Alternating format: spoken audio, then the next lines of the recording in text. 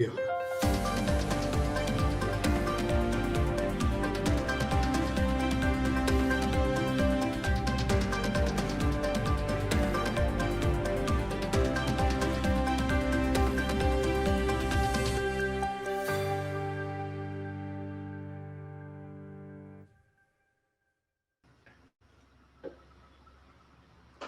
afternoon, everyone, and welcome to the second episode of MHRA Reports. I am Agius Muscat, MHRA's CEO, and as my guest today, I have the Honorable Robert Arrigo, who, apart from being a prominent businessman in the world of tourism, hospitality, and travel in Malta, is also the Shadow Minister of Tourism.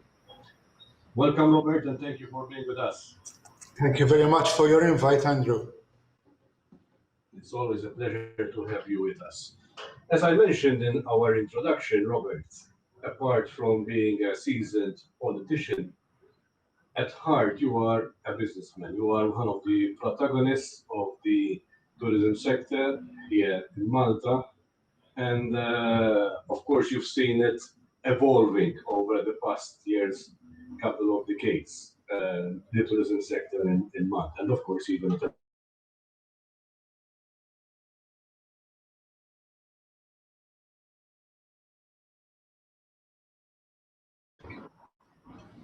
which has left a number of marks in the tourism sector. And if I may also say, it's threatening the existence of the sector itself. Before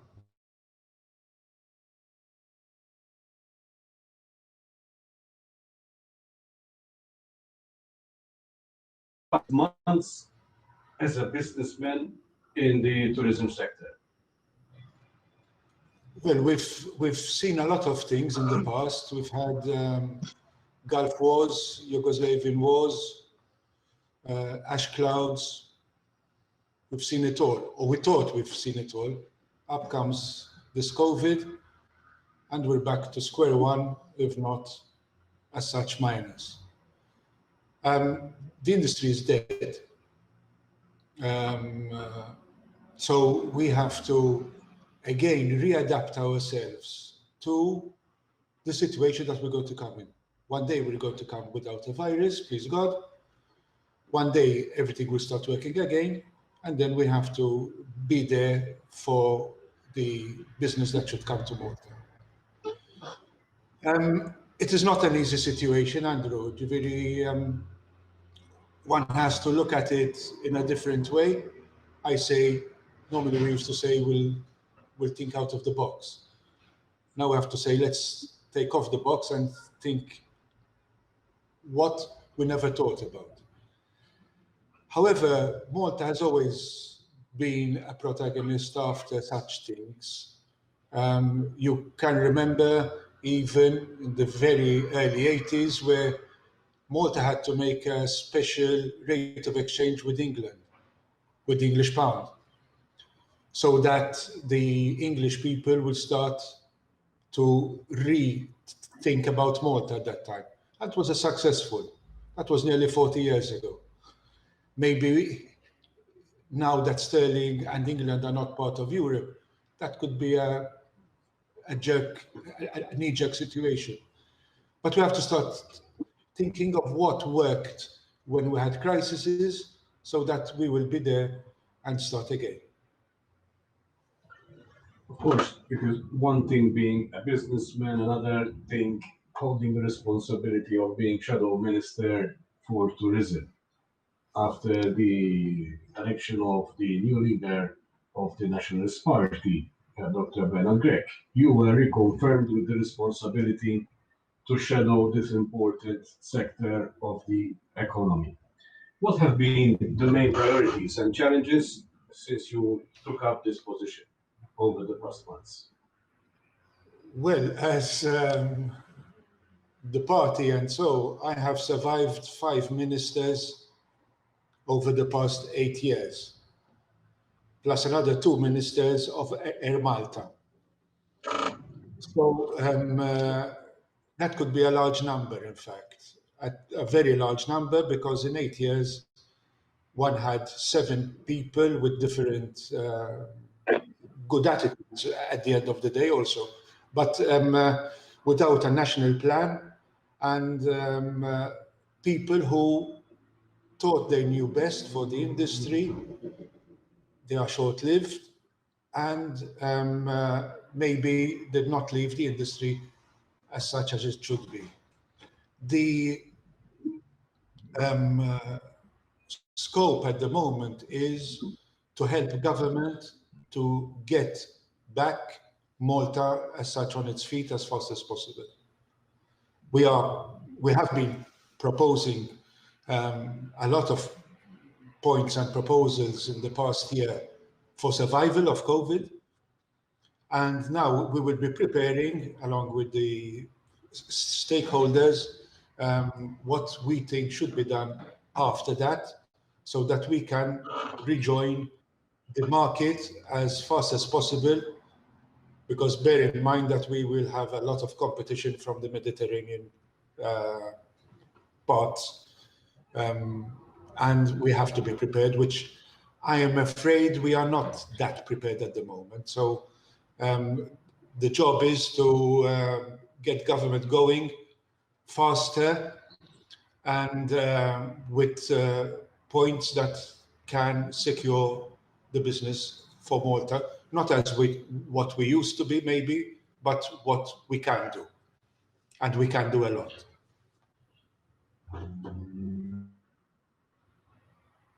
And Circuits is asking one question.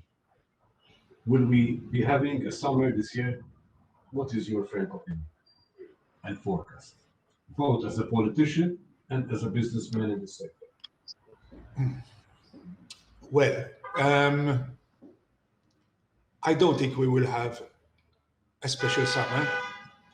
I think we will start maybe in July, August, a few individual traffic. And then that's what we had a bit last year. And then hopefully group travel will start in September, October.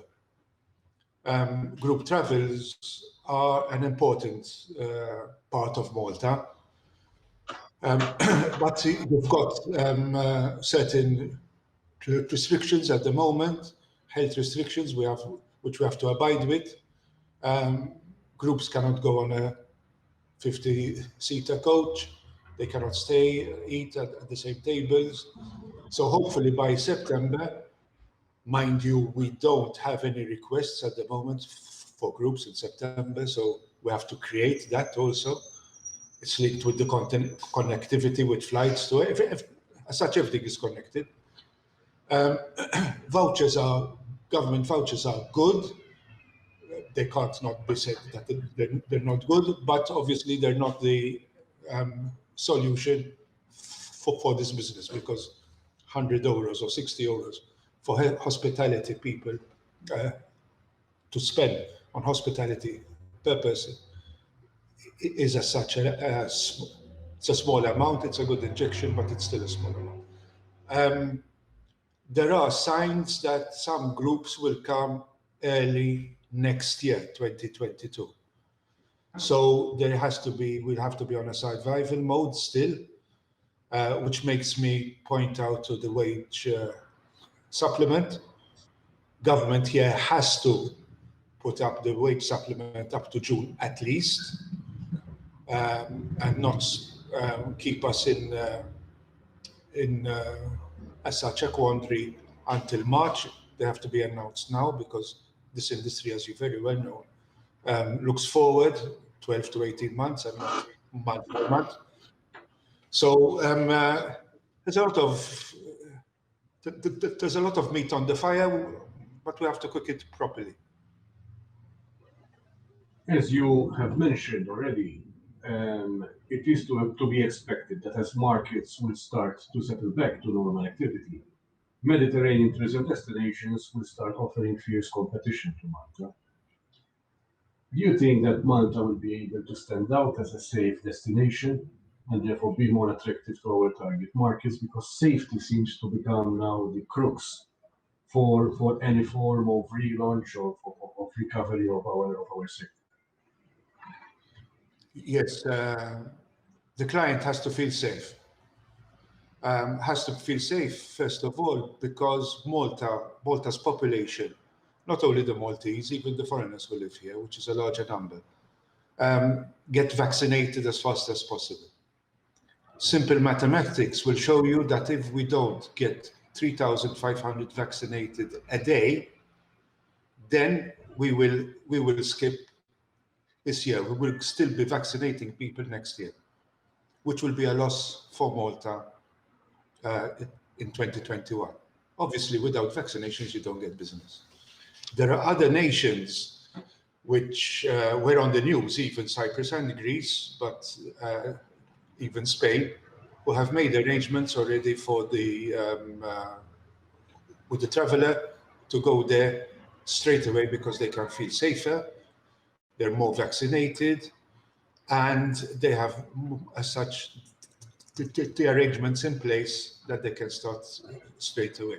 In one case, Cyprus, even the president of Cyprus went like on a sales trip just to say that his country is now safe.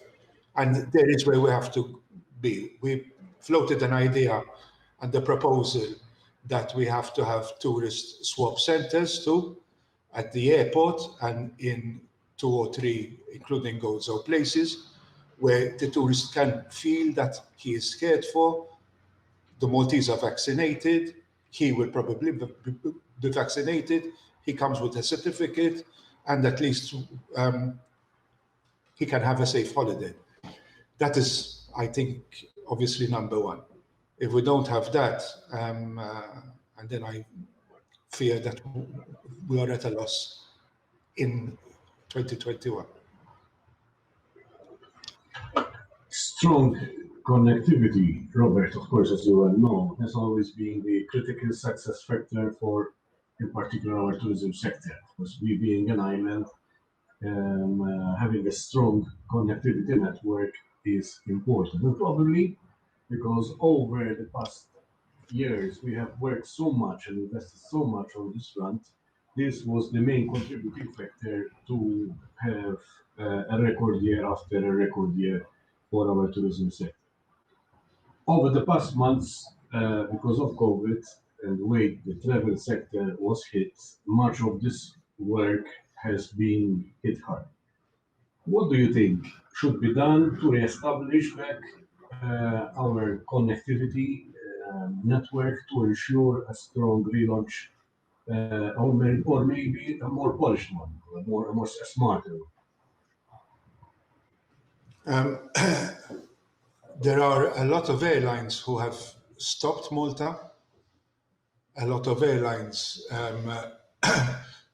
did have reduced their frequencies onto Malta. As such, it's obvious.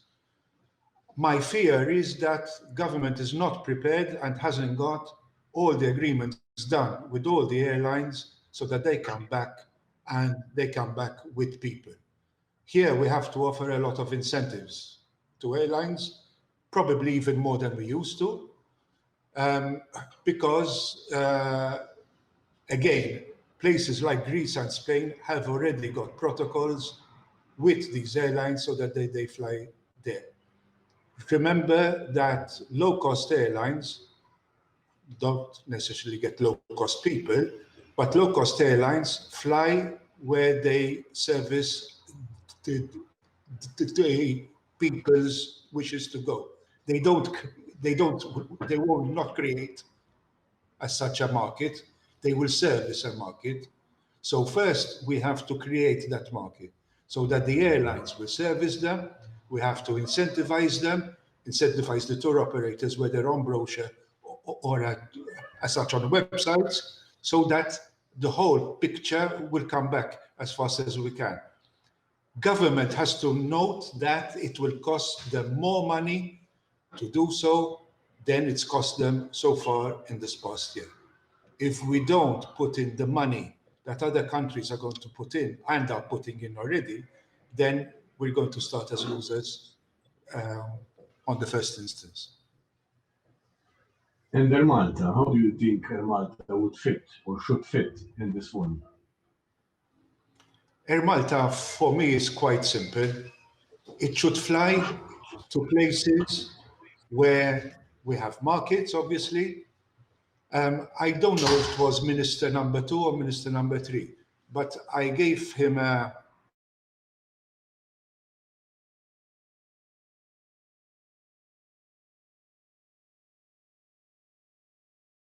in Europe that they have. I went into the detail even to the parking fees of every airport. Who flies from there and where do they fly? It was a fantastic study that parts of it were taken up. But if we take it up, I think, and I'm prepared to give a copy again with the new minister, I think there is a formula that Air Malta will survive, will bring tourists back to Malta, and will lessen, let's say, the losses that we are hearing nearly on a weekly basis. It is crucial. We have to keep it there. But when you change ministers in charge, excuse the pun, but you're flying a plane with no pilot. We don't have any pilots at the moment, but we have to be prepared there again. A plan, maybe even a schedule. I thought about why we should scrap even a 6-month schedule and make it a 4 or 8 week schedule depending on the demand of that place. We introduce new airports, introduce new tour operators. Websites exist, so it's not a problem. But it takes a jigsaw puzzle with a lot of money.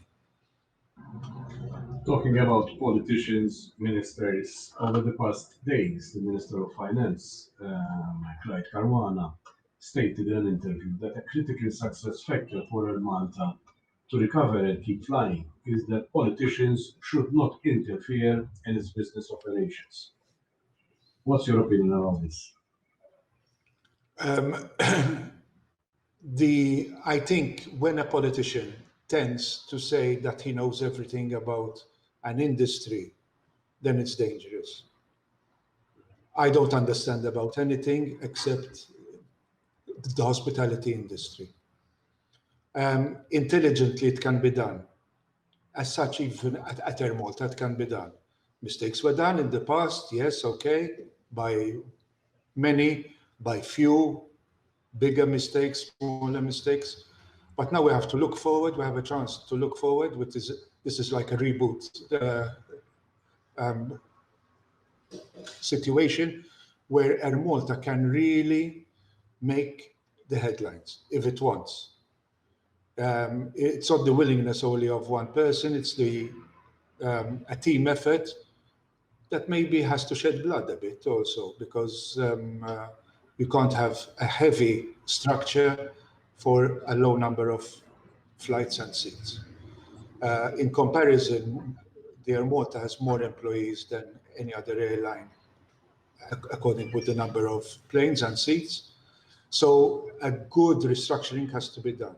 Good restructuring, we know where we're going, we'll have the pilots so that they'll fly the planes, and where we should go. If we have an catchment area that is interesting for us, we had one airport as such in Britain, I think Southend it was, where when a low-cost airline came in, the flights were always full because they were used to only go up to Cyprus. Those people in those areas used to only go to Cyprus. When Malta came along with one low cost, we were getting a lot of clients from there too. So there are an enormous amount of airports in Europe where we can tap, and Air Malta can tap. We hear a lot about a vision for quality. That probably now it sounds like a cliche. What should be, in your opinion, the secret formula to really and truly transform Malta into a quality destination? We've heard talk in the past 5 years that that not only the 5 years, a lot of years really, that we should be a 5-star destination, a 6-star destination, 6-star hotels. I think basically we have to look at ourselves as we are. We are a 3-star plus, 4-star place where we can actually make a client happy if his objectives are a 3-star plus and a 4-star. That's what we are. We have been geared up for these kind of clients, which are the majority of clients, obviously, who travel.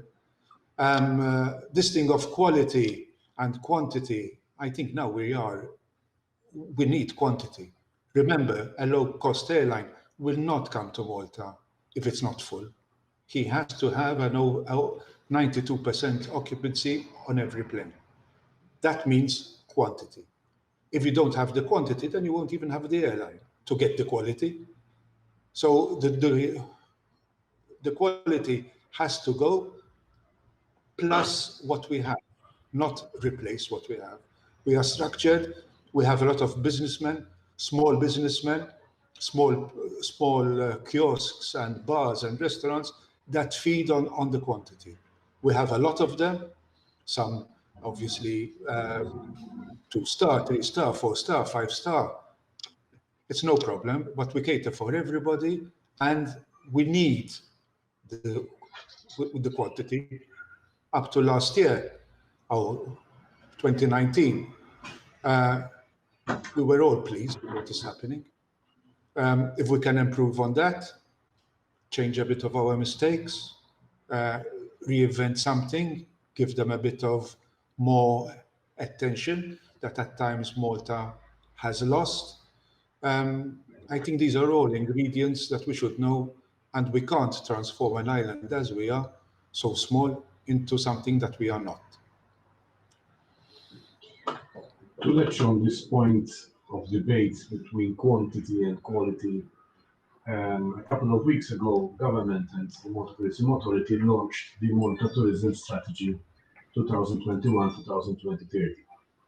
The document identifies 6 thrusts but opts to focus on 3: recover, rethink, and revitalize. What's your take on it? When, for example, the aspect of regrowth was left out, and should we go back, in your opinion, back to normal as usual, or should we rethink now, take advantage of this moment of suspense and take a different route?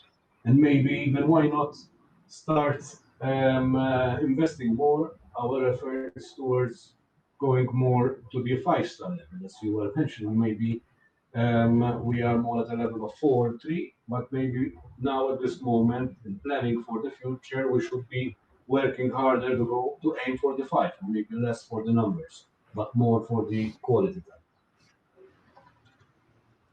Mela,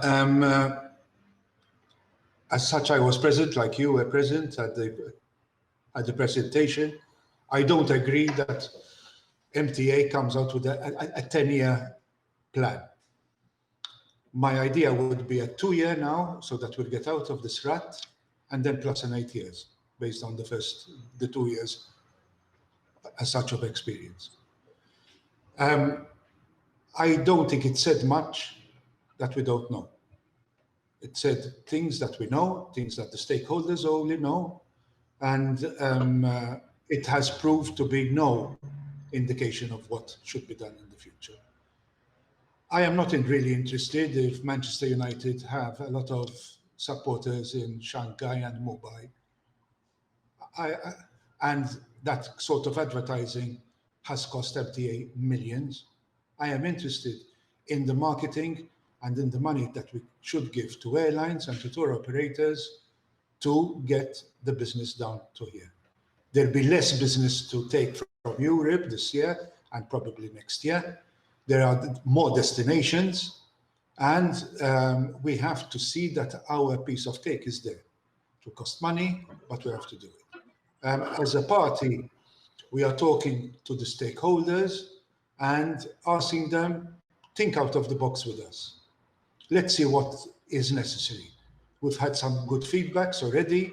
and we will put this into a document and show the vision of a political party, but really not of a political party, of some people who want good for Malta as fast as possible, as best as possible, and that everybody gets his fair share and starts making money also, again, from the businessman up to the employee. Let's be concrete about the strategy. What do you think about, if I have to mention to you, bed stocks, enforcement, and Airbnb? Mela, Airbnb are a new concept that has worked well. That the people, that is a niche market, in fact, people that go there. And that helps the low-cost airlines seats also. Airbnb are also all over Malta, which is good because we give the client a different experience. The bed stock, including Airbnb, but not only, the official numbers are about 50,000, but there are a lot of unlicensed situations too. We cannot have something that is not licensed because it's part of the safety of the client to handle. We should be properly licensed. We shouldn't be scared of licenses. Just imagine if one client in Europe, and you never know who your client is, has an accident in an unlicensed accommodation. What's going to happen? There could be claims of a lot of thousands of euros or millions if he's a CEO per caso. So this thing that we don't pay as such a license, we don't pay the MTA contribution. Maybe we don't even pay VAT. That is all bad because at the end, the common good has to be related onto your good as such also. Our hotel stock and bed stock has improved a lot. And I know even people who have improved even in this year because they've taken the opportunity of low occupancy to make some improvements and upgrades. Some people even invested millions. There is a situation also of the employees who have had to take cuts and have a lot of patience if they want to stay in this industry until it recovers. We don't need any more bed stock as such. We have a lovely situation on bed stocks, the Valletta boutiques, the Airbnbs in all the villages, the lot of accommodation offered as such on websites. Maybe even we have to take care of a bit of our prices over there for the first year or two, because from what we hear on Greece and Spain, the prices are not expensive. On the contrary, they're very good value. So we have to be careful in every aspect to get this jigsaw done. Every apartment, every person has to do his own, has to be part of it. I don't agree with the non-licensed people. I think everybody should have a proper license. It makes the person, the people in Europe are used to go to places and they don't even ask if it's licensed or not because it's taken for granted that it's licensed. We shouldn't be that South Mediterranean island that does these things. I think that should improve. If you go on websites, you will find accommodations being sold and they don't have any license. So I don't think, to answer even your question on enforcement, I don't think it's very difficult to get the enforcement going. Browse around on your website will show you a lot of places which are not licensed, which compete with the tour operator. It's a tour operator website or brochure, they still compete with it. So in one way, you're asking the tour operator or the websites, please send me people. And the other side, you're competing with them who not licensed, while he has licenses and all. That I think should be arranged. Should, in this year of known work, MTA should have had its act done and all the places are licensed. Let's shift the topic to another, I would say, recurrent subject which we come across and we discuss year over year, the product itself. What would you do different to address the issue of embellishment works during especially this downtime period, so as to be better prepared when business comes back? Product Malta has stayed much of the same. Widening a road, putting up flyovers will not get the tourists in. The tourists will come in when they have around the hotel proper services. We are still boasting with our local councils that we are doing up pavements. It's ridiculous. The pavements should be there. You'll find the bad grass, the green bad grass on most roads growing out and out of height tasseir. Those should not be there. Is it part of the environment? Because we say we love the environment. To be clean is a must. Cleaning, facilities.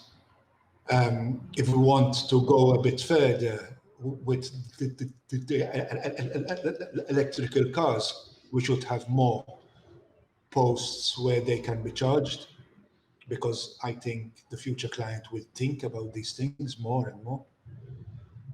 We have to give them so many reasons that the client chooses Malta now, that every detail is important. We should have, I don't know, even with the churches, and you open the churches even in the evenings. You go abroad, you go up to a Montmartre in France, you've got the church open 24 hours and people will be there 24 hours. It's big business. People will come, see the museums, they are open. Not here, they're all with the restrictions of, not with the people who go in at the moment, but even before they were with restrictions of, it's open only up to the 2 o'clock and the 3 o'clock, and in the afternoon I don't open, in the evening I don't open. This has to stop. We have to be like others. Others are opening more than we think, and I hope that we will not be too late to realize what the others have done. That's why I urge government to be more proactive. I am seeing no signs of that at the moment, and that gives me a heavy heart, because we can do it, the Maltese people can do it, but we're not. We're not being led up that path, and this industry feeds a lot of people. If we don't get this right, and we think we know it all from a desk that we've occupied for a few months, then I think we're mistaken. Mass events are an important variable in the formula of a successful tourism destination. Of course, COVID has also hit again this important segment. Your take on it? I mean, how do you see the future for such an important segment in the tourism sector? The big or not so big, after all, because there are a lot of not so big events that come. There is one big one that comes, yes, but there's quite a lot. We talk about these events when we don't have them. We talk about them when we need them. When they come, we complain about them. And that is our problem. I am told that later this year, these events are already programmed in other destinations. We could do it here in Malta, via the health authorities always. And that is a market that can start maybe in September, October.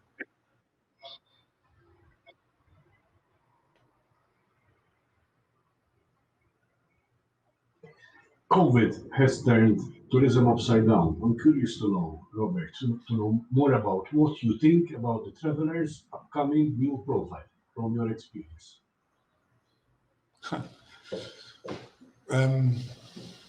Yes, it did upside down. I think it's a small world. It's very difficult. But the client certainly will have more choice, a better choice, maybe a better pricing, and he will be more attentive. And we have that responsibility because we have to be that much better than we are at the moment, because he will want double value for his money now. Getting him over is okay, maybe we can do it, maybe with the right incentives one can do it. But then we have to serve him properly here in Malta. So I can't have situations where incoming clients don't have guides speaking the language. It's a detail, but it should not be. Because when he's coming here, and he came here, he wants to have a guy speaking his own language with Malta, on Malta and Gozo. We lost our smile, Andrew. We're taken for granted. He doesn't come, he doesn't go into my hotel room. He can change hotels because next day I'm going to rent it out. Basics. Yes, we have to return up to basics a bit. We have to take care of what the client is giving us more and more. Well, we have to restart. Back to the 80s, 90s. Well, if need be, if that experience gives us a solution, let it be. If we can improve on that solution, perfect. But we cannot have situations where everything will be okay as we think it is okay. It won't be okay on the client. We have to greet, we have to meet properly, we have to service properly, we have to price properly. And the experience, that's why a strategy for 2 years plus 8 years, because in these 2 years, we get the experience of what the client wants and needs. So, and then I can plan on the 8 years afterwards. But to start now for a 10-year period, no way. What word of advice would you give to those people who are considering to invest in the tourism sector? Be careful.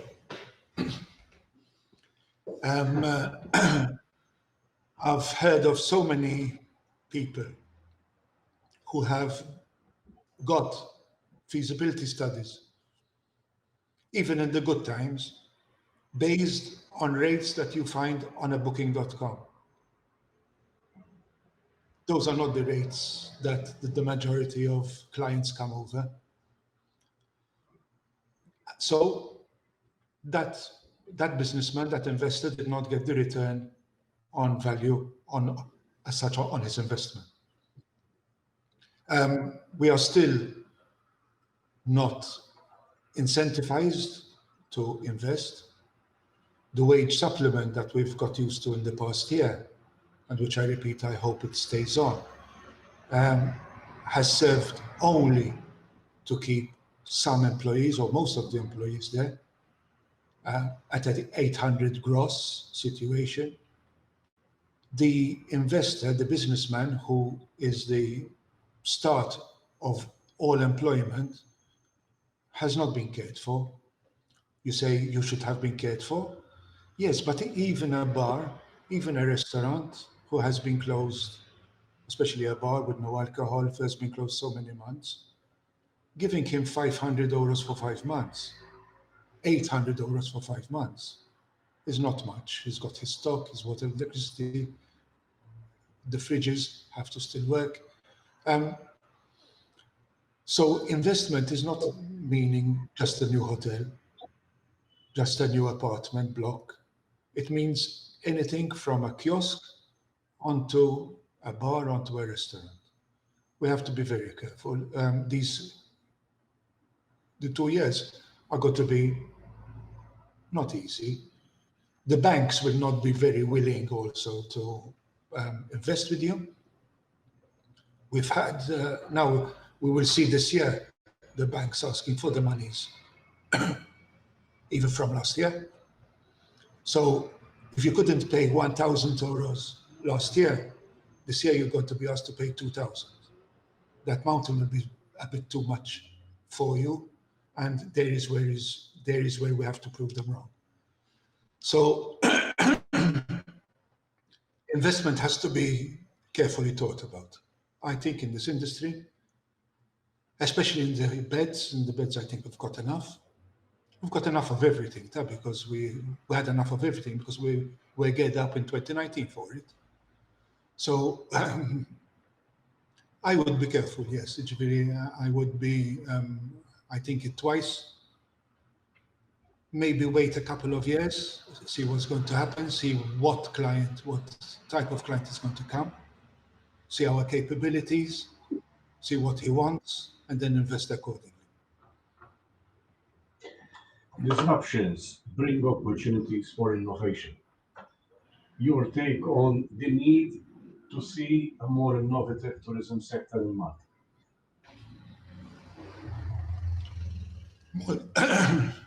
Malta is very rich in its culture, in its attractions, in its places.